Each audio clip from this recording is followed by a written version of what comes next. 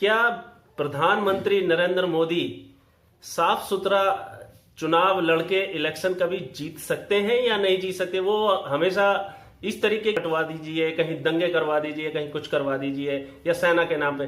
क्या अपने काम पे कभी नरेंद्र मोदी चुनाव जीत सकते हैं? काम किया हो तो जीतेगा, काम तो कुछ किया नहीं है। देश को बर्बाद करने के अलावा, जाति और धर्म के आधार पर लड़ाने के अलावा कोई काम किया नहीं है।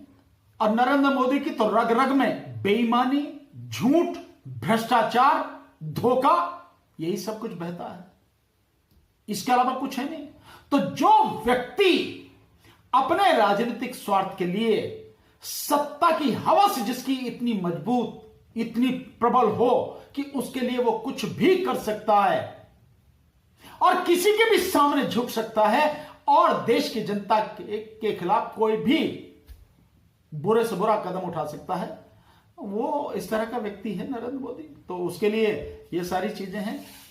ईमानदारी से अगर चुनाव करा लो और बैलेट पेपर से चुनाव करा लो, मैं कह रहा हूं कि नरेंद्र मोदी की खुद की जमानत जब्त हो जाएगी। आज की तारीख में स्थिति ये है, यही स्थिति है। बेईमानी से वो हार ही गया था, इसी बार हार गया था 2024 में। अब वहां से जो बनारस है, आप देखो तीसरे राउंड की जब गिनती निकल के बाहर आई तो 26,000 वोटों से नरेंद्र मोदी पीछे था। उसके बाद फिर उसकी गिनती नहीं आई और उसके बाद में आया कि 1.5 लाख वोटों से जीत गया। तो हार तो उसकी यही है कि जो पहले 4.5 लाख से जीता था, 1.5 लाख से जीता।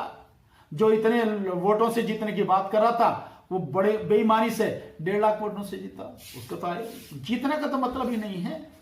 तो बेईमानी से जीत के उनके मन में क्या खुशी मिलती होगी? क्या खुशी नहीं। देखिए, सत्ता की हवस ऐसी होती है कि उसके लिए व्यक्ति कुछ भी कर सकता है। उसे खुशी उसी से नहीं, बस बने रहना है। जिसका पूरी तरह से नैतिक पतन हो चुका हो, उस व्यक्ति के लिए इन सब चीजों का कोई महत्व नहीं है। ईमानदारी, लोगों का सुख दुख, इस देश की शिक्षा, लोगों के स्वास्थ्य सुविधाएं, किसान मजदूर, उनकी बेहतरी, इससे कोई लेना देना नहीं है। उनके सामने लोग मर जाए तो कोई फर्क नहीं पड़ता। हो ही रहा है, आप देख ही रहे हो।